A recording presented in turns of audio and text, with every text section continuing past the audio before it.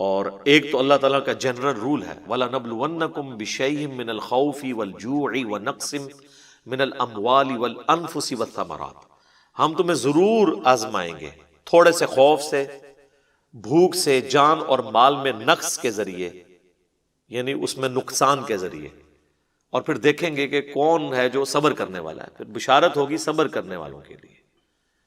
جن کا رویہ بھی اللہ نے بیان کیا کہ قالوا انا للہ وانا الیہ راجعون،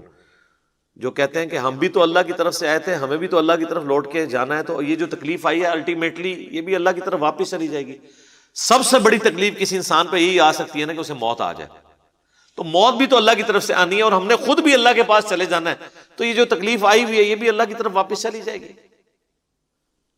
یہ ایک مؤمن کا رویہ ہونا چاہیے۔ باقی قرآن حکیم میں اللہ تعالیٰ نے اس ٹروتھ کو ریویل کیا ہے سورۃ الحدید کے اندر کہ یہ جتنی بھی تکلیف آتی ہے نا، یہ اللہ تعالیٰ نے ہماری ڈیسٹنی میں پہلے ہی مقرر کی ہوئی ہیں آزمائش کے طور پر، اور اللہ تعالیٰ نے تقدیر میں لکھ دیا ہے کہ یہ چاہے کسی انڈیویجول کو کوئی تکلیف آتی ہے یا ایز اے ہول کسی کمیونٹی کو آتی ہے، سمندری طوفان آئے یا زلزلے آئیں یا بڑی بڑی آگ لگ جاتی ہیں یہ آئیں، سیلاب آ جائیں، یہ سب تکلیفیں انڈیویجول لیول پہ، چاہے کسی کے جسم میں آئے، کسی کے گردے فیل ہو گئے، کسی کو شوگر ہو گئی، کسی کو بلڈ پریشر ہو گیا، کسی کو بلڈ کینسر ہو گیا، یہ سب چیزیں اللہ تعالیٰ نے پہلے لکھی ہیں۔ ان ذالک علی اللہ یسیر، اور بے شک یہ اللہ پہ بڑا آسان ہے، کسی نے ٹینشن نہیں لینی یہ کیسے ہوگا کہ پہلے ہی لکھ لی ہے۔ کیوں لکھی اس کی حکمت بتا دی، لِكَيْ لَا تَأْسَوْا عَلَى مَا فَاتَكُمْ، یہ اس لیے کہ مت کفے افسوس ملو اس بات پہ جو تم سے چھین جائے، تم سے لے لی جائے، وَلَا تَفْرَحُوا بِمَا آتَاكُمْ، اور مت شیخی بگاڑو ان نعمتوں پہ جو اللہ تمہیں دے۔ اللہ ہی اللہ ہے، کسی کو دے کے آزماتا ہے، کسی سے لے کے آزماتا ہے، تو جس کو دیا ہوا ہے نا وہ یہ نہ سمجھے کہ جی میرا بڑا کمال ہے، اور جس سے لیا ہوا ہے وہ ناشکری نہ کرے وہ کہ جس حال میں اللہ نے رکھا۔ واللہ لا يحب كل مختال فخور، اور اللہ تعالیٰ پسند نہیں کرتا ہر طرح کے جو شیخی خورے ہیں ان کو۔ اور مسلم شریف میں اگلے بھی الفاظ ہیں، اللہم اجرنی فی مصیبتی واخلف لی خیرا منہا، اے اللہ مجھے اس تکلیف میں اجر عطا فرما اور اس سے بہتر نعم البدل مجھے عطا فرما دے۔ اور مسلم شریف میں حدیث ہے جو مصیبت اور پریشانی کے وقت یہ پڑھ لے گا تو اللہ تعالیٰ اس کو بہتر نعم البدل عطا فرما دے گا۔ اور وہ پوری حدیث تو بڑی رکت انگیز ہے۔ ام سلمہ کہتی ہیں کہ جب ابو سلمہ فوت ہوئے میرے خاوند،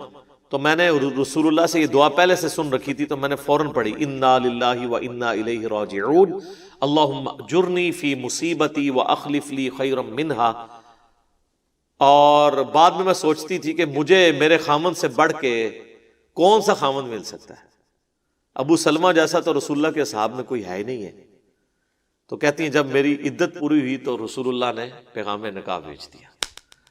اور ہماری ماں بن گئی، ام المومنین ہے، اور 64 ہجری میں فوت ہوئی ہیں۔ سب سے لمبی عمر جس ہماری ماں کی ہے نا وہ ام سلمہ ہے، واقعہ کربلا کے بھی 3 سال بعد فوت ہوئی ہیں۔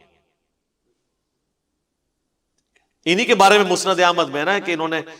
عراقیوں پہ لعنت کی تھی کہ تم نے حسین بن علی کو اس طریقے سے شہید کیا، تو ام سلمہ اس وقت زندہ تھی۔ تو اللہ تبارک و تعالیٰ بہتر نعم البدل عطا فرمانے والا، لہٰذا ان تکلیفوں سے جو لوگ گزرتے ہیں نا، ظاہر ہے ان کے لیے تو زندگی کا سیٹ بیک ہے پوری زندگی کے لیے، جن کے رشتہ دار چھن گئے تو، لیکن یہ ساری کی ساری چیزیں عبرت کے لیے ہیں۔ دنیا سے ایگزٹ تو آپ کا ہونا ہے میرے بھائی، چاہے ایئر کریش میں مرے، چاہے کسی شیر کے منہ میں چلے جائیں، خواہ آپ کرنٹ لگنے سے مرے، سانپ کے ڈسنے سے مرے، خودکش حملے میں مر جائیں، جنگ میں مارے جائیں، ہارٹ فیلئر سے مر جائیں، کسی بھی ذریعے سے ایگزٹ تو ہر بندے کا ہے۔ کل نفس ذائقۃ الموت۔